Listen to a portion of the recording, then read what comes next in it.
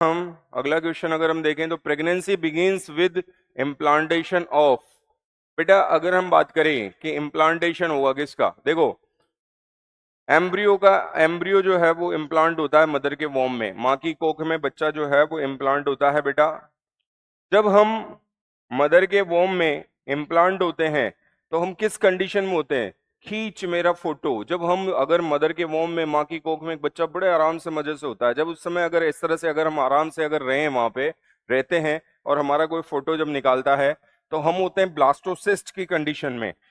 Blastocyst की condition में implant होते हैं। कौन सी कंडीशन में, ब्लास्टोसिस्ट की कंडीशन में, वो एम्ब्रियोनिक स्टेज होती है ब्लास्टोसिस्ट। आप ये कहोगे कि सर एम्ब्रियोनिक स्टेजेस तो ये होती हैं, सबसे पहले तो होती है मोरूला, फिर होती है ब्लास्टूला, फिर होती है गैस्ट्रूला, ऐसी जो है एम्ब्रियोनिक स्टेज होती है। हाँ बेटा सही कह रहे हो, ये एम्ब्रियोनिक स्टेजेस होती हैं। बट मोरूला स्टेज जो है उसमें इम्प्लांटेशन नहीं होता है। मोरूला जो होती है वो फेलोपियन ट्यूब में और जो है यूट्रस में घूमने फिरने पिकनिक मनाने में निकल जाती है, ये तो निकल जाती है। ब्लास्टुला जो कंडीशन है उसमें इम्प्लांटेशन होता है और ह्यूमन ब्लास्टुला को बोलते हैं ब्लास्टोसिस्ट। ह्यूमन ब्लास्टुला को ही बोलते हैं, ह्यूमन ब्लास्टुला को ही बोलते हैं ब्लास्टोसिस्ट। इस फॉर्म में इम्प्लांटेशन हो रहा है बेटा। ब्लास्टोसिस्ट के ब्लास्टुला कंडीशन में ब्लास्टोसिस्ट की फॉर्म में जो है वो इम्प्लांटेशन हो रहा है।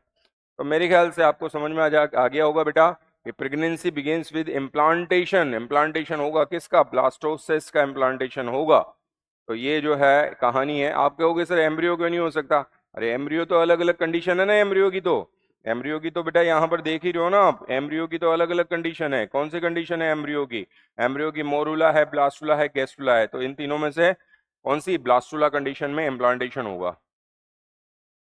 और ब्लास्टुला, ह्यूमन ब्लास्टुला को बोलते हैं ब्लास्टोसिस्ट। बार बार रिपीट इसलिए करता हूं बेटा, याद ही कर लो सारी चीजों को, अच्छे से लर्न कर लिया करो, जीवन में कभी ना भूलो। क्योंकि ये क्या है, ह्यूमन फिजियोलॉजी जो हमारी जिंदगी भर डॉक्टर के साथ हमेशा ह्यूमन फिजियोलॉजी रहती है।